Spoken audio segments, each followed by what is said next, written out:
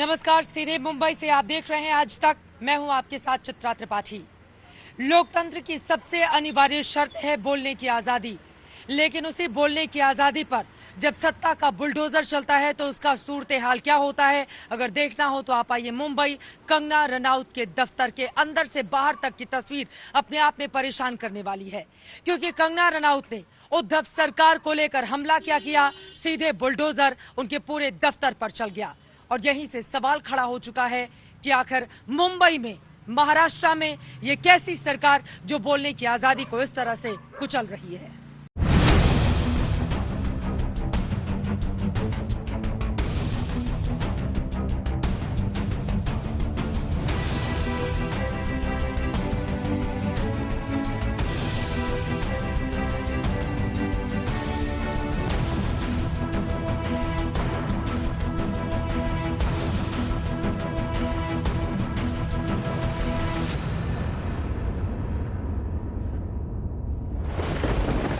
उद्धव ठाकरे की सरकार और शिवसेना से फिल्म अभिनेत्री कंगना रनौत ने पंगा लिया तो उसका ठीकरा उनके दफ्तर पर फूटा। कंगना के film production house Manikarnika films के पाली हिल्स वाले दफ्तर की दरो दीवार खिसका दी गई, छत नेस्तनाबूद हो गई। एक दफ्तर देखते देखते उजड़ गया और फिर इस पर सामने आई कंगना। कंगना ने मुख्यमंत्री उद्धव ठाकरे के खिलाफ हुंकार भरी कि आज मेरा घर टूटा है, कल तुम्हारा घमंड टूटेगा। उद्धव ठाकरे, तुझे क्या लगता है कि तूने फिल्म माफिया के साथ मिलके मेरा घर तोड़ के मुझसे बहुत बड़ा बदला लिया है? आज मेरा घर टूटा है, कल तेरा घमंड टूटेगा। ये वक्त का पहिया है, याद रखना, हमेशा एक जैसा नहीं रहता। और मुझे लगता है कि तुमने मुझ पर बहुत बड़ा एहसान किया है, क्योंकि मुझे पता तो था कि कश्मीरी पंडितों पे क्या बीती होगी। आज मैंने महसूस किया है और आज मैं इस देश को वचन देती हूँ कि मैं सिर्फ अयोध्या पे ही नहीं, कश्मीर पे भी एक फिल्म बनाऊंगी और अपने देशवासियों को जगाऊंगी, क्योंकि मुझे पता था हमारे साथ होगा तो होगा, लेकिन मेरे साथ हुआ है, इसका कोई मतलब है, इसके कोई मायने हैं। और उद्धव ठाकरे, ये जो क्रूरता और ये जो आतंक है, अच्छा हुआ ये मेरे साथ हुआ, क्योंकि इसके कुछ मायने हैं। जय हिंद, जय महाराष्ट्र।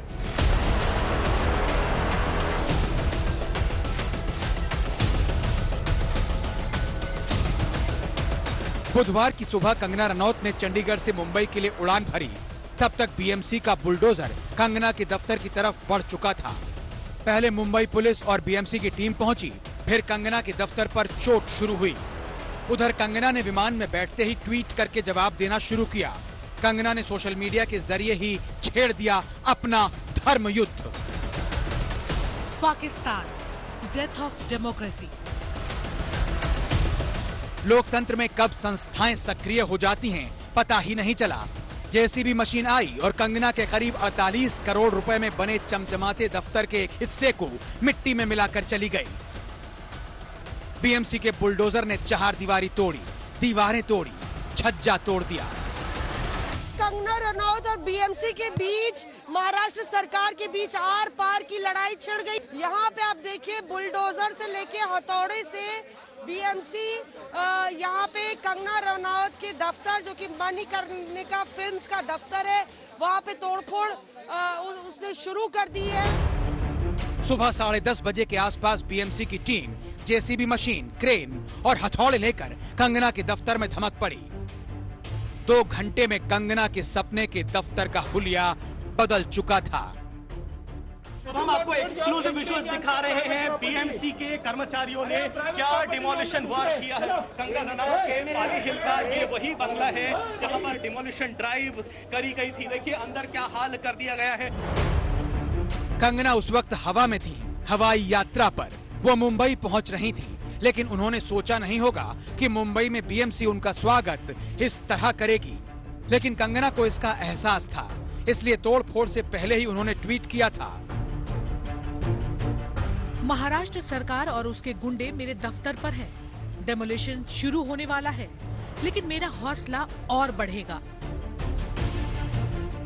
लेकिन बीएमसी ने कंगना का दफ्तर तोड़ा तो ऐसे ही नहीं। इसके लिए कंगना के निर्माण पर तमाम सवाल उठे। कंगना पर बीएमसी का आरोप है कि टॉयलेट को ऑफिस कैबिन बना दिया गया, स्टोर रूम में किचन बना दी गई, ग्राउंड फ्लोर पर अवैध पेंट्री बनाई, पूजा रूम में अवैध मीटिंग रूम बनाया, एक बंगले के बेडरूम को दूसरे बंगले में मर्ज किया, दफ्तर की मेन एंट्रेंस में तब्दीली की। पहली बात तो जो नोटिस भेजा वही बेबुनियाद था। दूसरा चीज, वो नोटिस भेजने के बाद 24 घंटे का टाइम दिया, हमने 6 घंटे में रिप्लाई कर दिया। सुबह 10:35 पे हमारे नोटिस को हमारे रिप्लाई को रिजेक्ट किया उन्होंने। करीब 11 या 11:15 को मैंने उनको बोल दिया कि कोर्ट में मैटर लिस्ट हो गया है। उसके बावजूद वो तोड़ना चालू था उनका।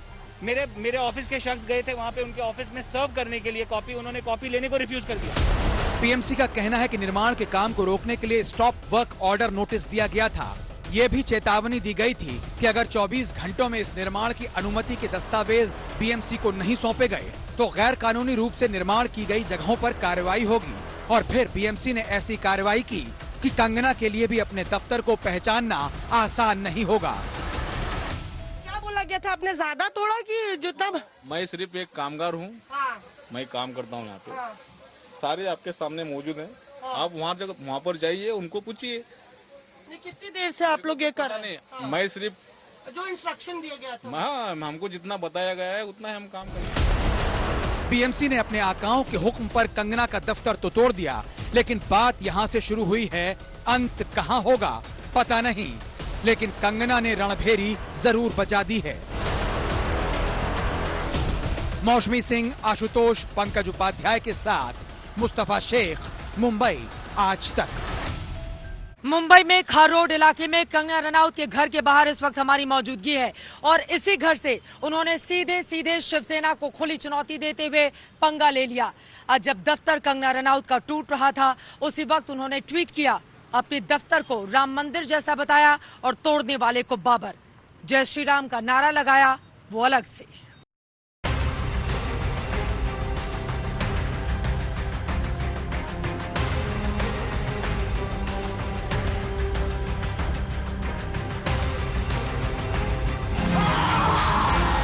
तेरे माथे पे ये आंचल बहुत ही खूब है, लेकिन इस आंचल को एक परचम बना लेती तो अच्छा था। मजाज लखनवी ने यह शेर जब लिखा होगा तो सोचा नहीं होगा कि बॉलीवुड से कभी कोई झांसी की रानी निकलेगी जो अपने आंचल को महाराष्ट्र सरकार के खिलाफ क्रांति का झंडा बना देगी और छेड़ देगी एक धर्म युद्ध। अभी मांगी क्या? शिवसेना को सरकार में रहने का अधिकार अभी नहीं है। माफी मांगना चाहिए। इस तरह से उनका दादागिरी नहीं चलेगा, नहीं चलेगा। हमारे वजह से वो है। यहाँ पे हर प्रांत के लोग रहते हैं, हर तरह के लोग रहते हैं। बॉम्बे किसी की बाप की नहीं है। संजय राउत कंगना रनावत से आके माफी मांगे, हमें ये चाहिए बस। पाली हिल में स्थित कंगना रनौत का दफ्तर बीएमसी ने तोड़ा तो कंगना ने उन टूटे हुए ईंट पत्थरों को इंसाफ की कसौटी पर कसा और उनको ही बना लिया अपना हथियार। दफ्तर को अपना मंदिर बताया और उसके मलबों पर एक नया मंदिर बनाने का ऐलान किया।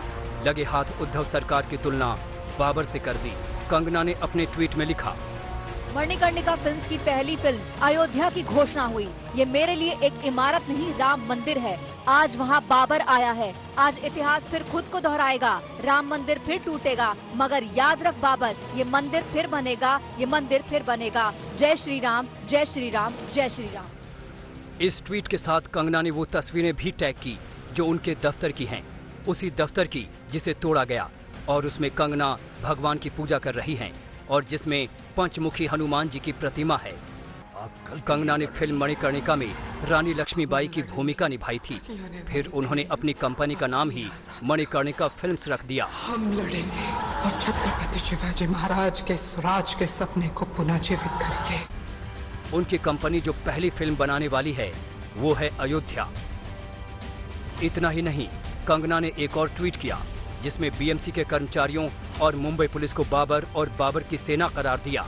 आपको याद होगा कि कुछ दिन पहले ही कंगना ने मुंबई की तुलना पाकिस्तानी कब्जे वाले कश्मीर से कर दी थी। आज जब उनका दफ्तर तोड़ा गया तो उन तस्वीरों को ट्वीट किया। मैं कभी गलत नहीं थी और मेरे दुश्मनों ने इसे फिर साबित किया कि मुंबई अब पाक अधिकृत कश्मीर हो गया है। कंगना ने इस लड़ाई को अयोध्या से आगे कश्मीरी पंडितों तक ले जाने का ऐलान किया है। क्योंकि मुझे पता तो था कि कश्मीरी पंडितों पे क्या बीती होगी, आज मैंने महसूस किया है। और आज मैं इस देश को वचन देती हूँ कि मैं सिर्फ अयोध्या पे ही नहीं, कश्मीर पे भी एक फिल्म बनाऊंगी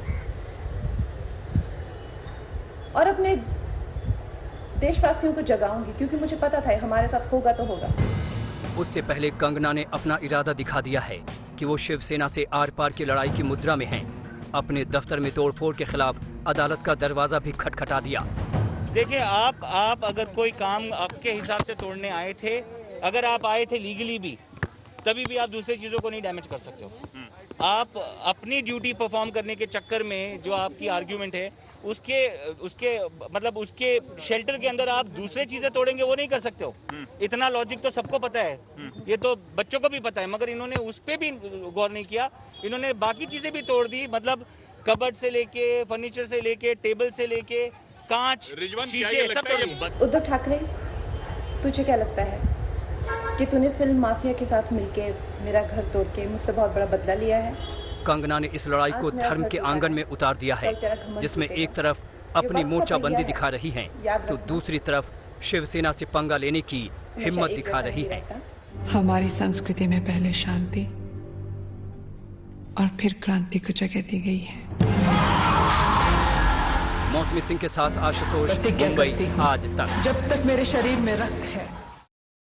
कंगना और शिवसेना के बीच देखते ही देखते जुबानी जंग इतनी ज्यादा तेज हो गई कि एक दूसरे पर हमला करते करते मामला मराठी मानुष की अस्मिता तक आ पहुंचा।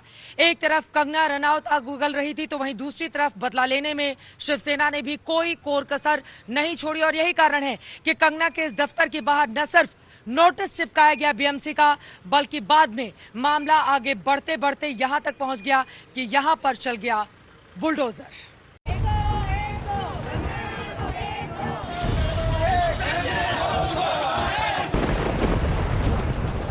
युद्ध छिड़ चुका है और इस युद्ध के सैनिकों ने मोर्चा संभाल लिया है। बॉम्बे किसी की बात की नहीं है। संजय राउत कंगना रनौत से आके माफी मांगे। एक तरफ कंगना रनौत हैं, तो दूसरी तरफ महाराष्ट्र सरकार, बीएमसी और शिवसेना।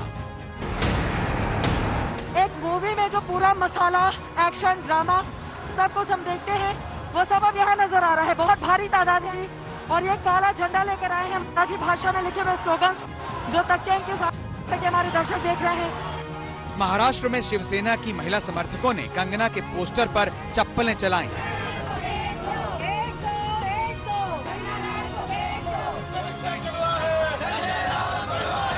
तो सूरत में करणी सेना ने शिवसेना नेता संजय राउत के पुतले और पोस्टरों को पैरों से कुचला। आज तो तूने ये धमकी दी है, आज के बाद ये गलती मत करना, वरना तेरा घर से निकलना मुश्किल हो जाएगा। संजय राउत, मैं ये चैलेंज करता हूँ तुमको, करनी सेना के माध्यम से तुमको चैलेंज करता हूँ, तेरा घर से निकलना मुश्किल हो जाएगा, कभी चैलेंज मत करना।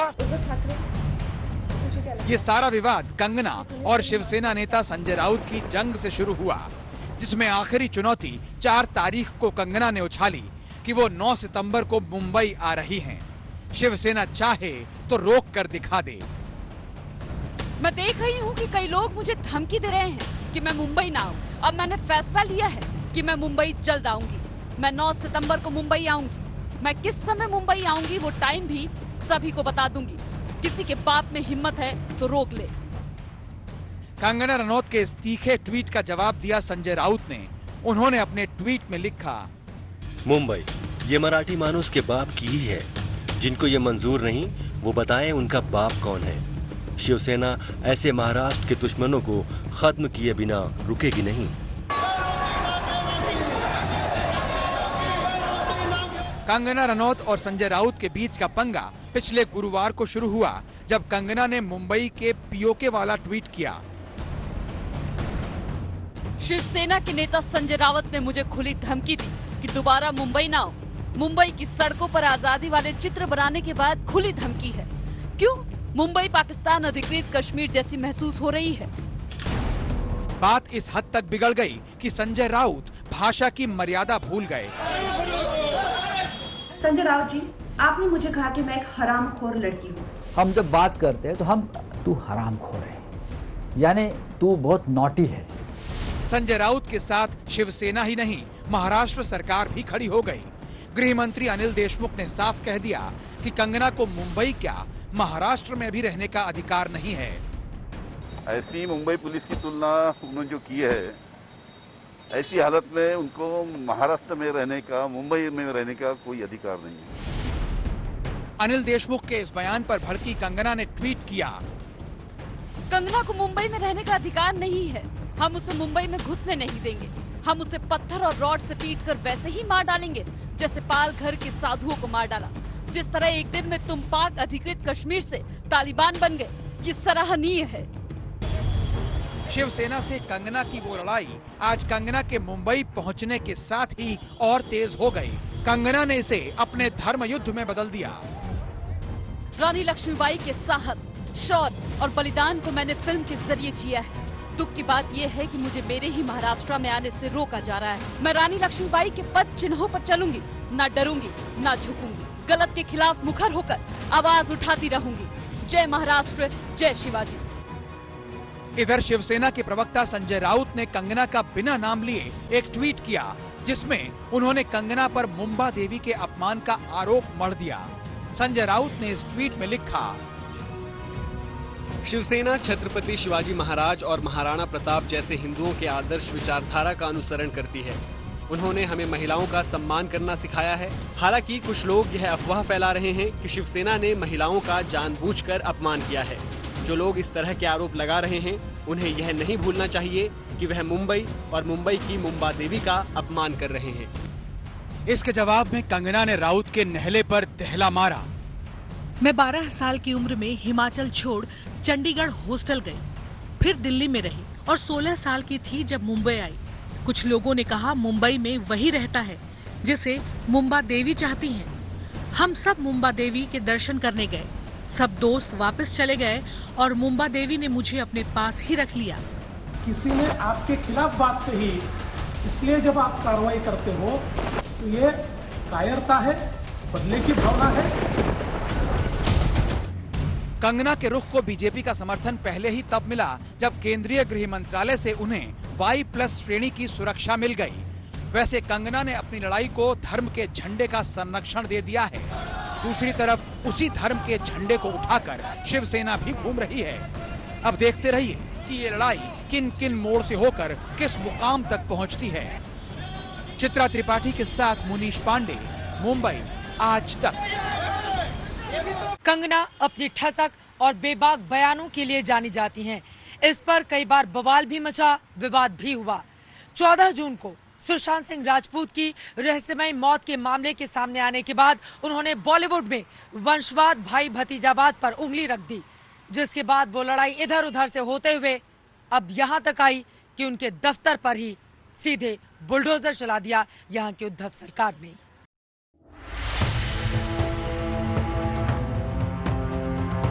जिस वक्त फिल्म अभिनेता सुशांत सिंह राजपूत की रहस्यमयी मौत को सीधे सीधे आत्महत्या मान लिया गया था, उस वक्त से कंगना उनके पक्ष में आ खड़ी हुई। कंगना ने पहले दिन से कहना शुरू किया कि सुशांत की हत्या हुई है। तो ये सुसाइड थी कि ये प्लान मर्डर था, लेकिन सुशांत की गलती यही है कि वो उनकी बात मान गया। उन्होंने कहा तुम वर्थलेस हो, वो मान गया। उसने he didn't remember what his mother told him. उन्होंने कहा कि तुम्हारा कुछ नहीं होगा, वो मान गया। वो चाहते ही ये है कि वो इतिहास लिखे और ये लिखे कि सुशांत एक कमजोर दिमाग का था। कंगना उन लोगों में है जिन्होंने सबसे पहले सुशांत की मौत को बॉलीवुड में पसरे वंशवाद से जोड़ा था। उन्होंने 30 जुलाई को एक ट्वीट किया था कि ये सवाल आज भी जस के तस हैं कि क्यों यशराज फिल्म्स ने सुशांत को बैन किया, क्यों करण जौहर ने सुशांत को ट्रायोलॉजी का वादा करके उनके फिल्म को ऑनलाइन डंप कर दिया, क्यों माफिया मीडिया सुशांत को एक ड्रग एडिक्ट, बलात्कारी और फ्लॉप एक्टर के रूप में पेश कर रहे हैं, क्यों नहीं रिया ने सुशांत के पिता को उसकी मानसिक बीमारी के बारे में बताया, क्यों रिया ने सुशांत को समझाने के लिए उनके परिवार की जगह महेश भट्ट से कहा।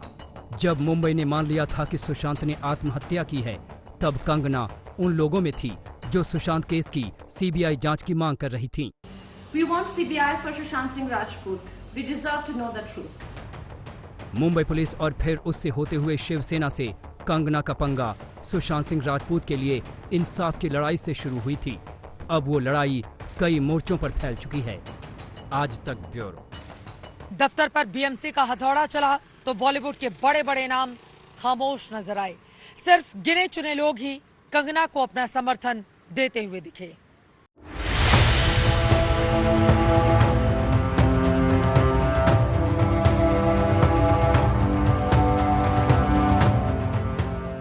कंगना के दफ्तर पर बुलडोजर चला तो बॉलीवुड में कुछ एक लोग ही कंगना के साथ नजर आए। अनुपम खेर ने ट्वीट किया, गलत गलत गलत है, इसको बुलडोजर नहीं बुलीडोजर कहते हैं। किसी का घरौंदा इस बेरहमी से तोड़ना बिल्कुल गलत है। इसका सबसे बड़ा प्रभाव या प्रहार कंगना रनौत के घर पर नहीं बल्कि मुंबई की जमीन और जमीर पर हुआ है। अफसोस अफसोस अफसोस है। वहीं मधुर भंडारकर ने ट्वीट किया, स्टे स्ट्रॉन्ग कंगना टीम। और मणिकर्णिका में उनकी साथी कलाकार और सुशांत सिंह राजपूत की एक्स गर्लफ्रेंड अंकिता लोखंडे ने ट्वीट किया, ब्रेव हार्ट, बेइंतहा प्यार और डटे रहो। कंगना रनौत अभी अपने घर के भीतर हैं। यहीं से कभी वीडियो बनाकर तो कभी शब्दों के तीर चलाकर लगातार उद्धव सरकार पर वो निशाना साध रही हैं। ये लड़ाई कब और किस रूप में खत्म होगी या अब एक नई लड़ाई की यहीं से ये शुरुआत है, ये देखना भी रहेगा काफी ज्यादा महत्वपूर्ण। मुंबई से हमारी इस पेशकश में अभी के लिए बस इतना ही।